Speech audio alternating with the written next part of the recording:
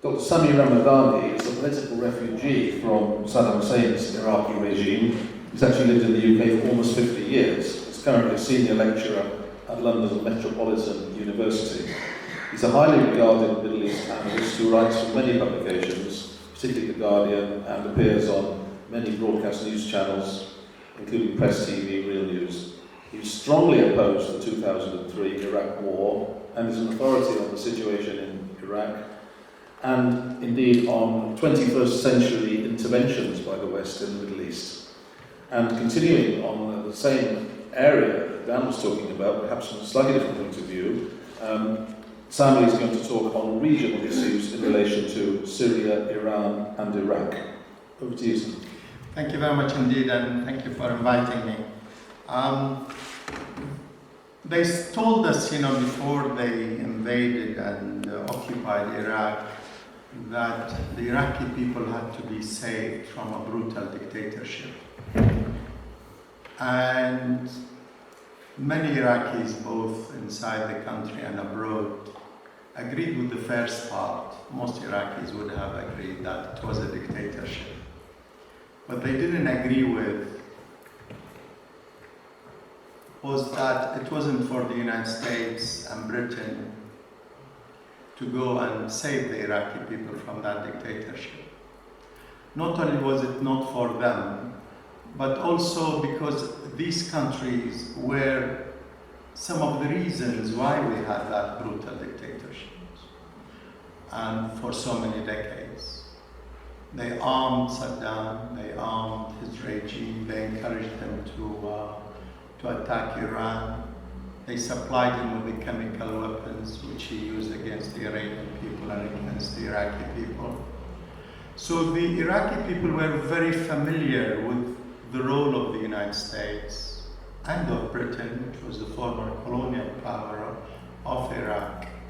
And at no point, and this is where I think the media here is very culpable, not only for selling us the lies before the war, but also for telling us that the Iraqi people welcomed the occupation. That is a lie of even greater proportion than the lie that led us into that war. The Iraqi people from day one opposed that brutal war. And 10 years down the line, over 1 million Iraqi people have died since that brutal occupation. And Iraq is actually so bad now that the country is bleeding in so many different ways. One of the richest countries on this planet. And you have now people who are actually eating from rubbish dumps. This is well documented and is shown on some Iraqi satellite stations and so on. And the occupation lasted for so long that the United States struck deep roots inside Iraqi society, working with various political forces, encouraging certain terrorist organizations. Paul Bremer, who ruled Iraq after the occupation, imported from the United States about 350 tons of cash. It was the biggest shipment of cash in world history. All in $100 bills, totaling $12 billion. He appeared before Congress a few years back, and they asked him what happened to those 12 billion. He accounted for 3 billion of those. And when they pushed him to account for the rest, he said, well, really, although I have answered already some of your questions, but you have no right to ask me any further questions, because this is not American taxpayers' money. It was Iraqi people's money, which was confiscated by the United States through the sanctions regime for 13 years. All oil revenues were controlled by the American Federal Bank. $9 billion went missing. And they were importing into Iraq ammunitions and Kalashnikovs and various munitions from Bosnia into Iraq. The United States secretly hired companies in Bosnia while they were occupying Iraq, to import all these weapons and explosives. And nobody knows how and where did they distribute them to this day. And that's why the Iraqi people suspect every time a terrorist bomb explodes in a mosque or a church or anywhere in Iraq, targeting civilians, they point at the United States and the occupation. That there was a marriage of interest between what they did to Iraq and their own presence in the country. I say this, and I probably took too much time on this one, but I want to emphasize it because what's happening in Syria today should also give us a big warning that there might be, and there is, a dictatorship, in my opinion, in Syria. But it is not for the United States, Britain, or France, or any of these past colonial and imperialist powers. It's not for them to go into Syria and add fuel to the fire. There is a war in Syria. Dan referred to some aspects of it. It's for the Syrian people to decide their own future. Self-determination is essential. Now, why does the United States keep revisiting this issue? One day it's Saddam, another is Assad, another is Iran being accused of developing nuclear weapons. Britain tags along, unfortunately, although I'm delighted to see that the British Parliament for once listened to the British people and voted against.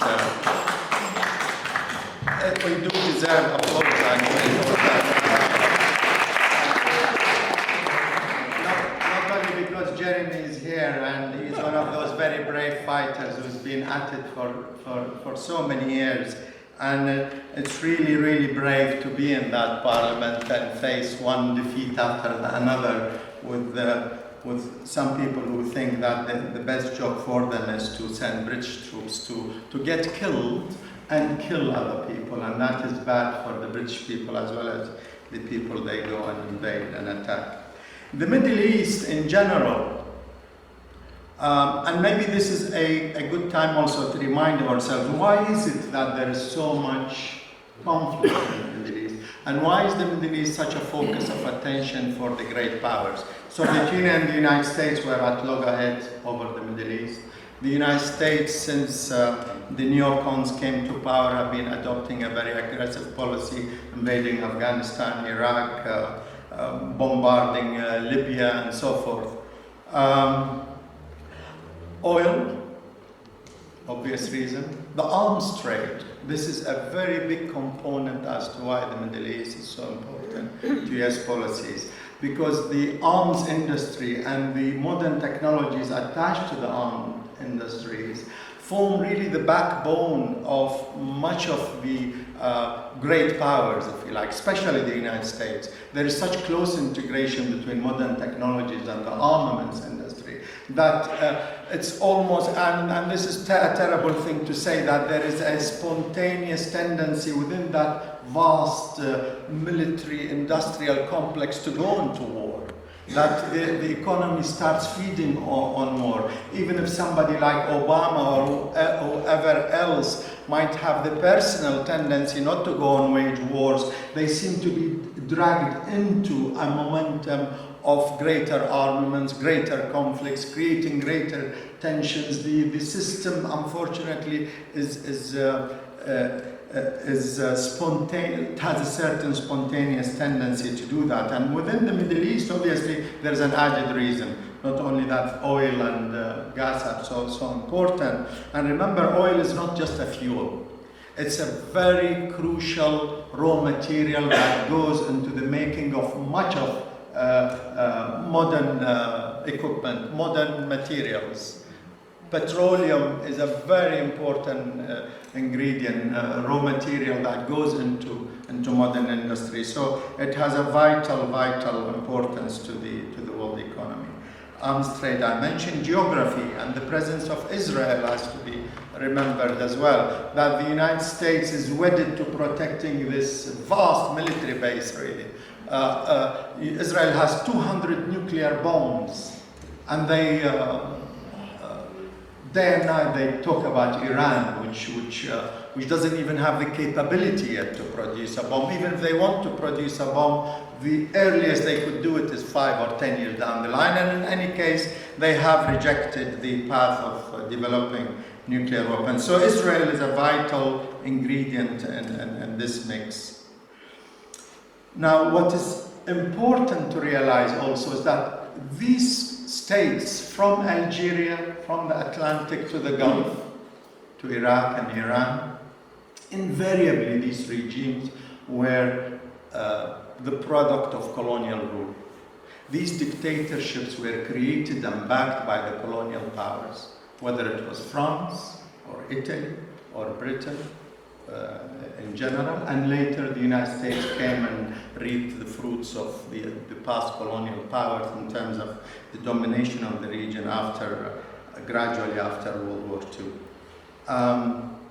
So these regimes and these states have these very close links with these past colonial and imperial powers. And the democratic movements in these regions pose a threat not only to these regimes, but to the presence of the former colonial and imperialist powers, particularly today, the United States. So the United States is not really a friend of the democratic uprisings, movements, or human rights activists and movements, despite appearances to the contrary, because if the United States was really serious about democracy and human rights, well, let them start with Saudi Arabia. Let them start with Kuwait.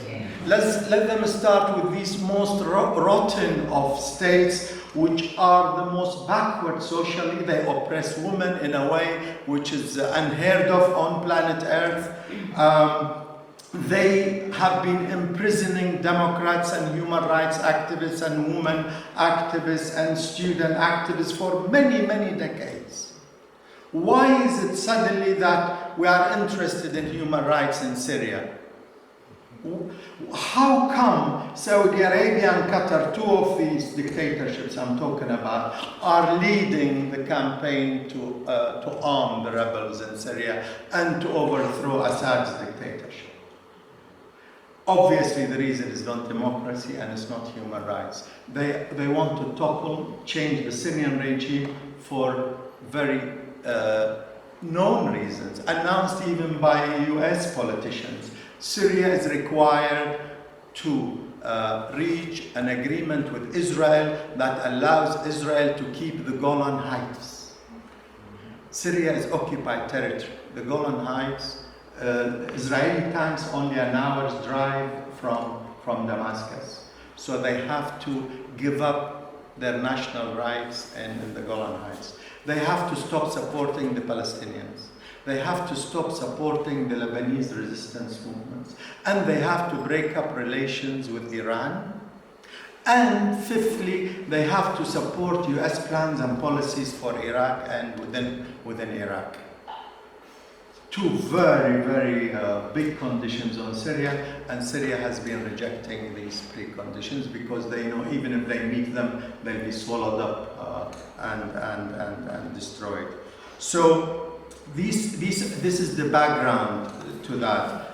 Since 1979 and since the overthrow of the Shah of Iran, Iran has become a very strong, powerful state, both economically.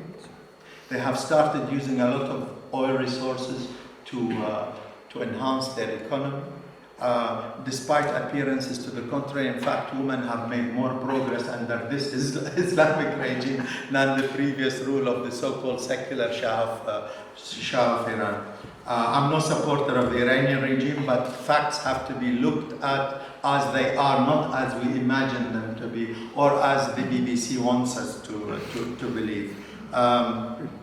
Iran has escaped US domination from US influence, left in the entire region. And they have managed to form this alliance with Syria, with the Palestinians, and with the Lebanese. And now that Egypt, and I think this is noticeable as well, Egypt is breaking away slightly from total US dominations. They are improving their relations with Russia and so on. This is creating a lot of panic in Washington too.